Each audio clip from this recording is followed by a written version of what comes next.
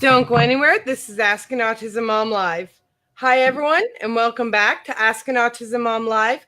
I'm Jen Eggert of LakiKid.com, and you can join me every Monday at 1 p.m. Eastern to learn tips, meet other parents, and share your insights. If you know someone who could benefit from this show, please share on your timeline now or tag them in the comments. And remember, we like all the loves and the likes that you give us. Hi, everyone, and welcome back to Ask an Autism Mom Live. On today's show, I will be talking with Matt, who is the owner of Sensory Fitness, a sensory-based fitness program. Also, he is a former special education teacher. Welcome, Matt. Hi, thanks for having me. Now, on today's show, Matt and I are going to really focus on teachers and homeschoolers with our flexible seating. So what we're going to do is we're going to talk about how to implement and challenges and whatnot. So I want to welcome those watching live on YouTube or listening to the podcast on iTunes. If you want to get alerts to go live or ask questions live, you can visit LakiKid.com/live. I want to welcome all of our viewers today. Just give me 2 seconds to see everybody. Let's see. Hi, Angela. Oh, 1 minute. Hi, Mom. I love you too. Sorry, guys. You know how my mom is. Hi, Amber, Melissa, Shannon, Laura. Welcome. So I want to welcome all of you. If you're just joining us, you're listening to Ask an Autism Mom Live. And today, Matt and I are going to be talking about implementing flexible seating. I can't wait to dig into this topic with you. But first, I want to give a huge shout out to our sponsor. 1 minute. Let me get this out. Our sponsor is LakiKid. And today we premiere our ball chair seating. This is an amazing flexible seating device. Matt and I will talk about it briefly. Matt's using his as well. Matt loves his as well, and he'll be discussing that later. But this chair comes out today, folks. It comes in a choice of blue or black. If you stay tuned to the end of the show, I will have a very special surprise for you. So, Matt, I want to discuss what exactly is flexible seating. So flexible seating is pretty much what it says, being flexible while trying to be in a classroom sitting. It's a sensory strategy. I would classify it as a sensory strategy because you're incorporating movement in the classroom.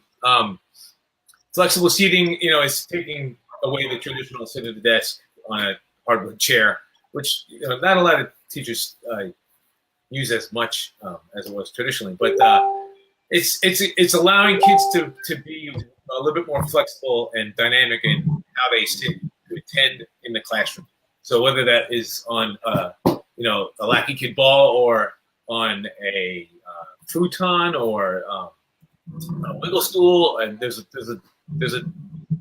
hundreds of different pieces of equipment you can use. But it's just allowing kids to get movement for a lot of different to help increase attention, kind of help decrease unwanted behaviors. Is the best way I can kind of put it. Okay. And why should you consider using flexible seating in a classroom? Why would I consider using flexible seating in the classroom? I would consider it if I'm having consistent difficulties with some behaviors.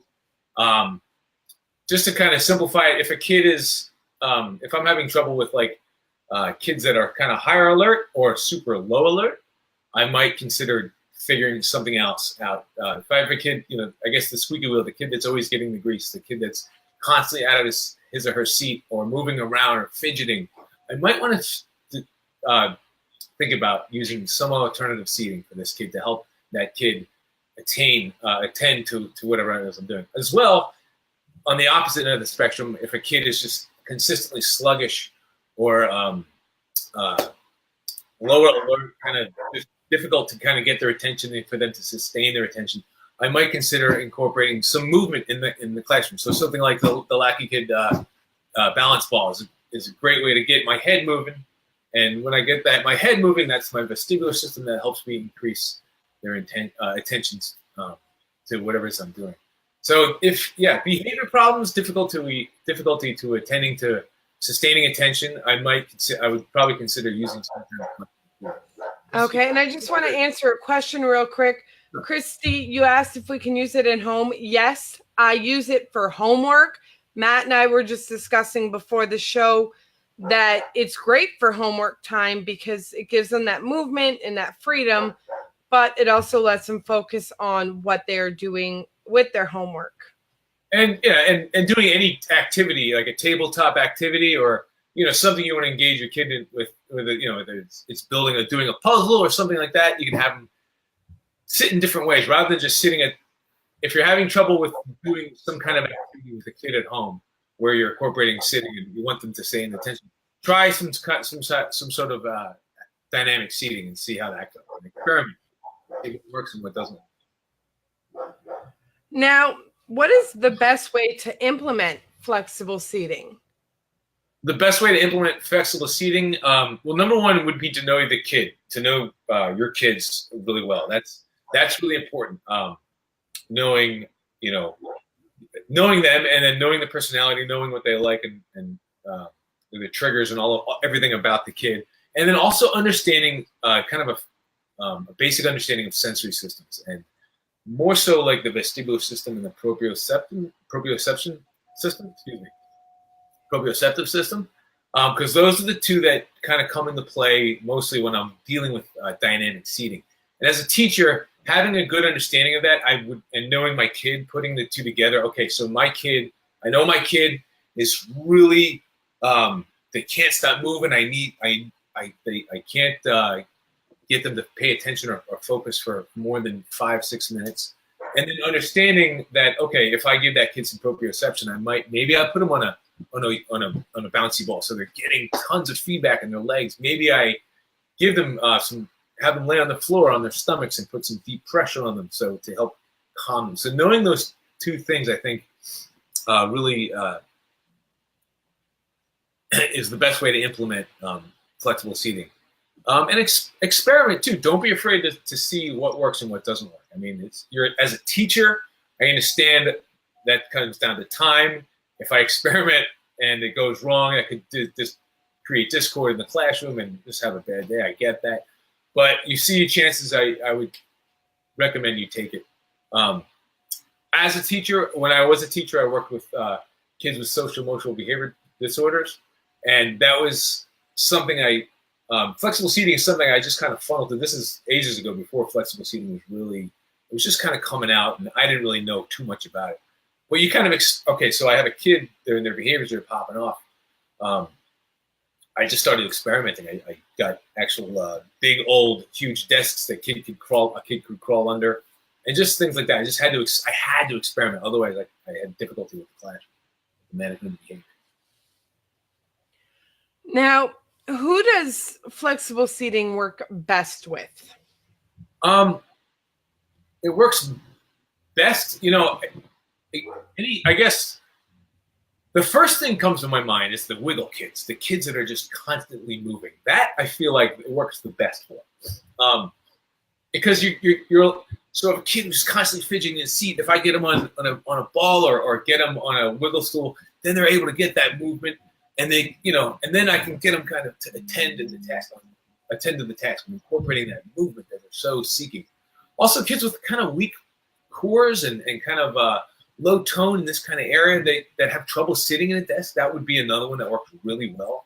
Because if I'm moving, I don't have to really sustain my core as much. If I'm stagnant, it's harder for me, and I get tired and I have to move or fall. You see kids actually fall out of their chairs even. And then as well, again, it's kind of the opposite end of the spectrum. The kids are just like flopped on their desk.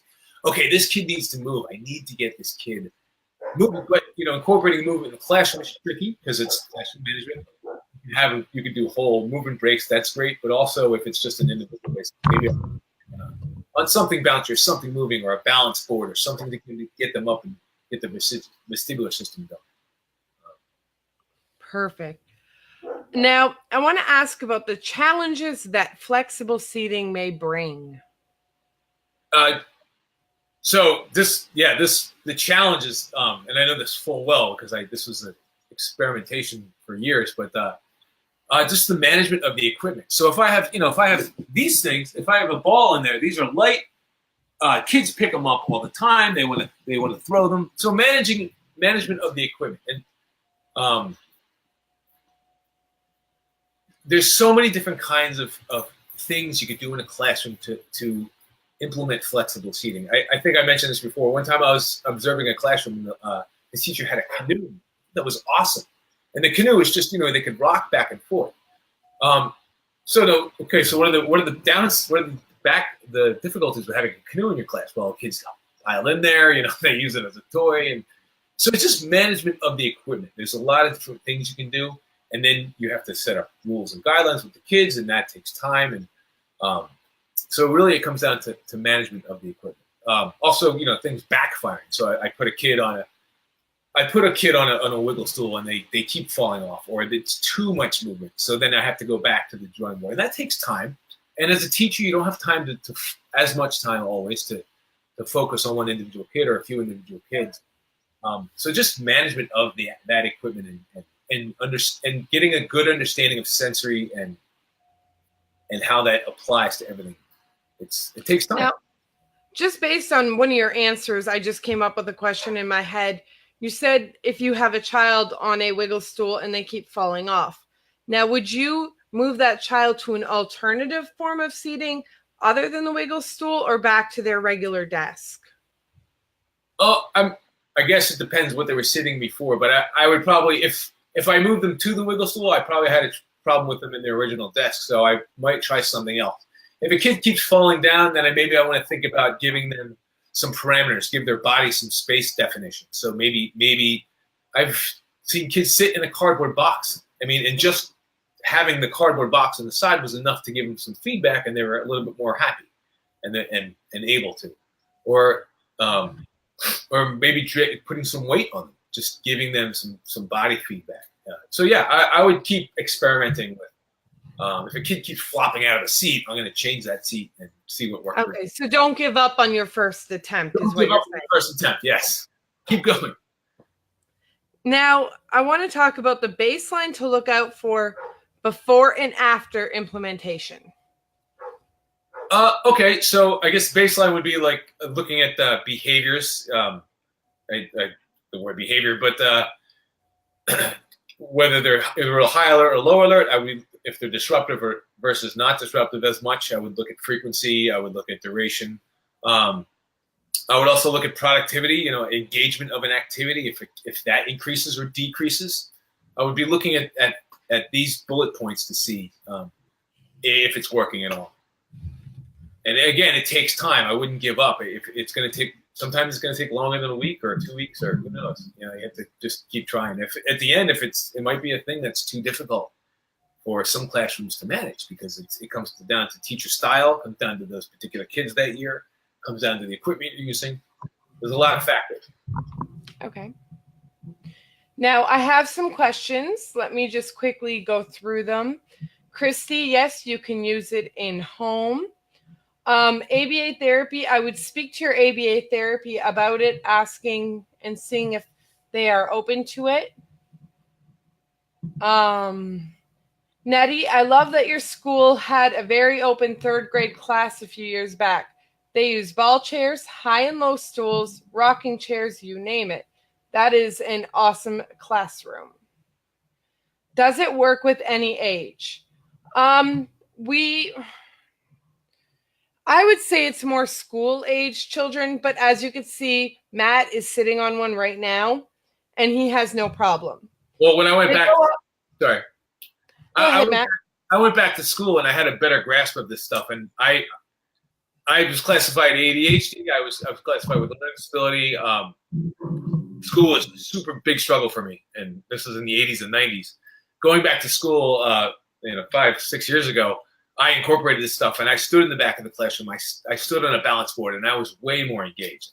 I was also an adult, but I utilized the strategies, and I found that Absolutely. Dynamic seating for any age. Absolutely.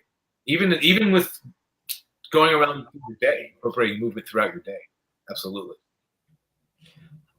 Just to answer another question, our balance ball currently, we are saying holds up to 200 pounds, no problem.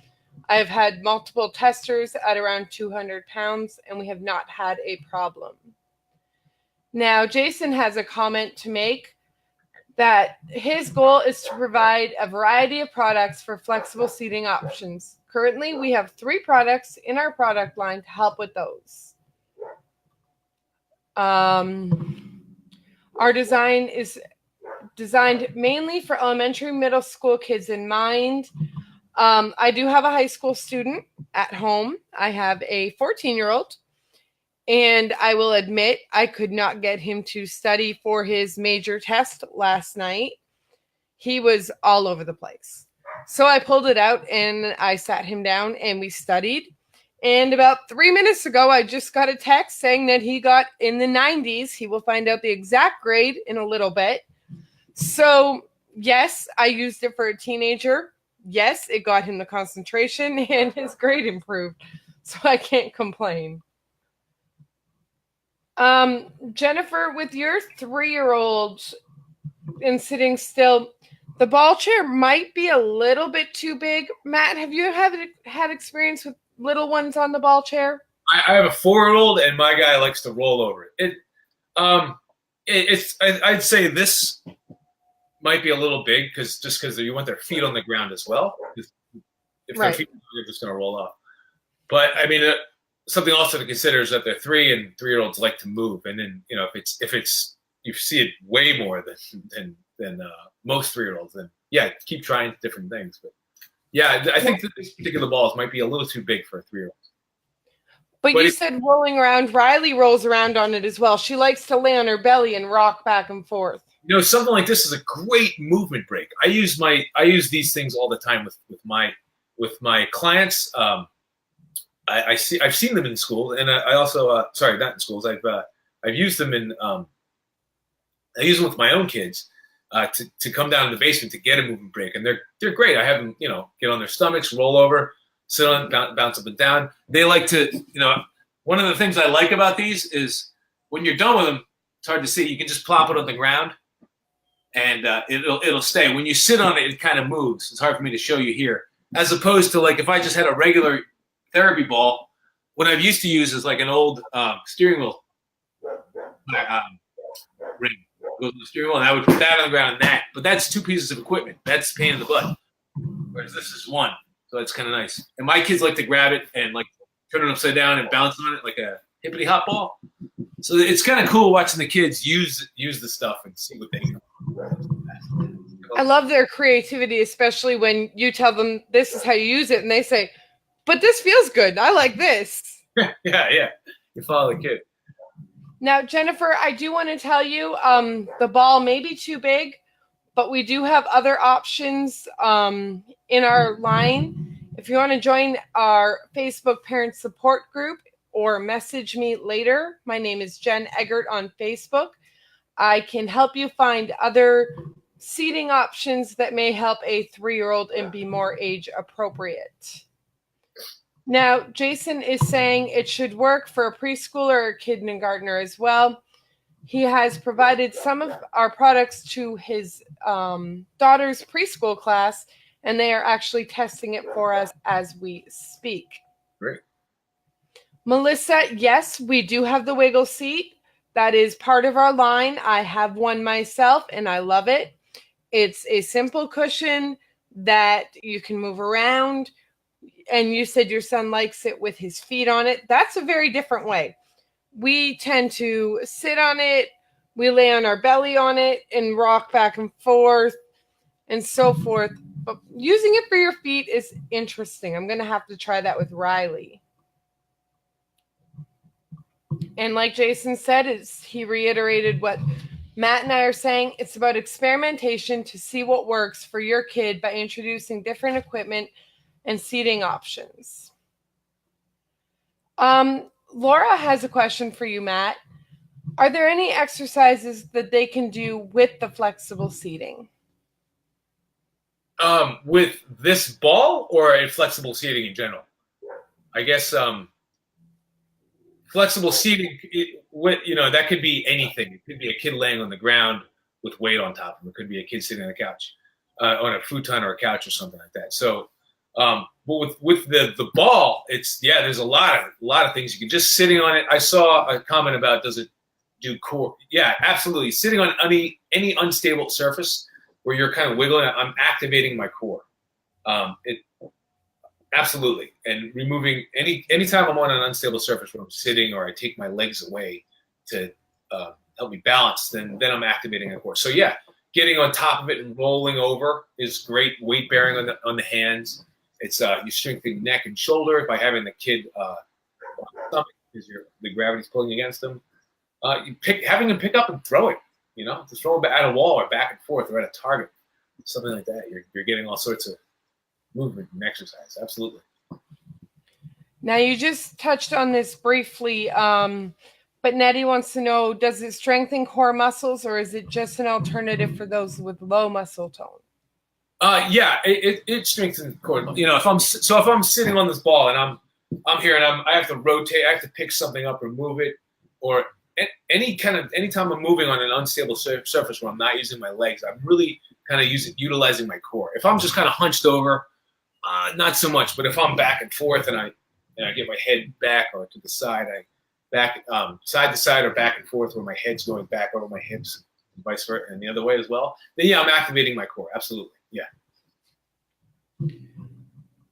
Angela, one of our longtime viewers, uses it for her little man, for Superman. He uses it to be Superman. Yeah, that's great. And that's it. Sure, yeah, that's great. How do you get one of these balls? Stay tuned to the end of our show and I will explain everything. I've got a really big special announcement. Melissa says he doesn't stand on it. He's sitting. I understand that, Melissa. So he's sitting in his chair and using it under his feet just for the input. He's not standing on it, but he's just sliding his feet on it. I think that's a really neat way of using the wiggle seat. Sorry. What is the ball used for? It's used for a variety of things. It's used for flexible seating. It can be used for toning muscles and working.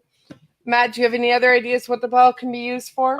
I briefly said this before, but one of the coolest things I see is when the kids turn it upside down and then they sit on it and they hop on upside down. I've had kids, kind of turn it upside down and throw rings on top of it. When they pick it up to throw it, they'll use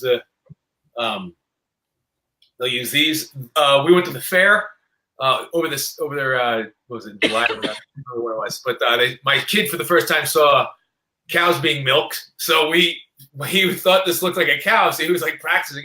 Just coming up with creative things. It's unique, Flexible seating in general is, I'm not always about the product, it's about the movement, but this thing is pretty dynamic. Anytime I have a product that does more than one thing, I think that's awesome because then you can get creative, the kids can get creative, and you're not restricted to just one thing as well. That's a big sell for me when a product has more than one use. Exactly. When you find a product that has multiple uses, it really does benefit you more than a single-use product because your kid needs it in more than one way. Your child can benefit.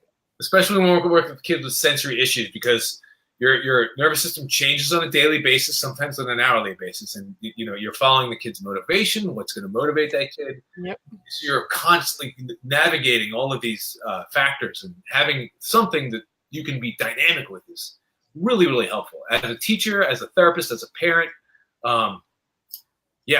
it's helpful. Okay, now, folks, I promised if you stuck with me to the end of the show, I would have a very, very special announcement for today. Today, our ball chair becomes available to the public. So, our ball chair comes in two colors, black and blue. And I will actually be reading this so I don't mess it up. For our new ball chair out today, if you type the number 50 in the comments, you will receive a coupon to get your ball chair for half price. Don't delay, as there are only 100 coupons available. The regular price is $19.97, and with our limited quantity coupon, you get it for half off, folks. That's under $10. And again, these chairs come in a choice of blue and black. So if you want a coupon, please type 50 in the comments section, and we will send you a coupon for it. Now, I have a couple quick questions I'm going to deal with real quick. Is the material durable? Yes. Matt was just saying that he has children throw it, they bounce on it. This is an anti-burst type PVC, I believe, and it doesn't burst very easily. Matt, have you had problems with bursting? No, I haven't had anybody bop it. I haven't had anybody take a sharp object even and stab it. But I mean, my kids have toys and they poke it and stuff like that. But I'm sure if you took a knife, yeah. But right. No, they're pretty durable. For everyday durable use, it is pretty. Yeah, they're pretty indestructible. Yeah. Mom, can an adult use it? This is for my mother. Mom, come down and visit me and we will discuss it. You can borrow Riley's. Sorry, I've been trying to get my mom to come visit. But yes, Mom, anyone can use it till about 200 pounds. My mom is the same height as her. Actually, she's now shorter than her teenage grandson. So yes, Mom, you can use it without hurting your knees, because Jack could use it, keeping the pressure where it should be and his knees where it should be. So yes, an adult can use it. It is not that difficult. So remember, please, if you want to get your half price coupon, type 50 in the comments section. We only have 100 coupons available to get it. Whoops.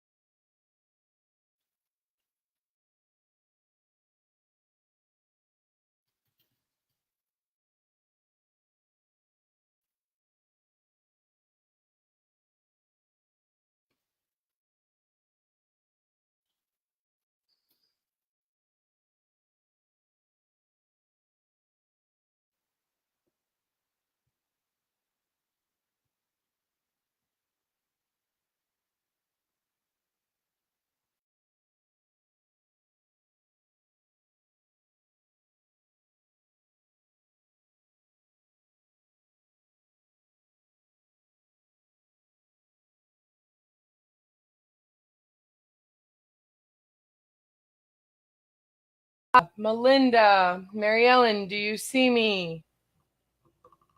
I am not frozen. Okay, well, I'm just going to end the show now then, because most of you cannot see me. Thank you for watching. Please join me Monday at 1 p.m. Eastern for another wonderful show. And join me in our parent support group. I will see you then. Thank you. Have a nice day. And we will try and figure out what happened so we can fix it. Oh, I'm back. Okay. So I just want to quickly go through things. Matt had an announcement he wanted to make. Unfortunately, something happened. So I will ask Matt to make his announcement in our parent group. So I just want to. Oh, there's Matt. Hi. Hi. Matt, I was just discussing how you have an announcement you wanted to make. Sorry, your other thing is still playing. Yeah, sorry. Did you say announcement?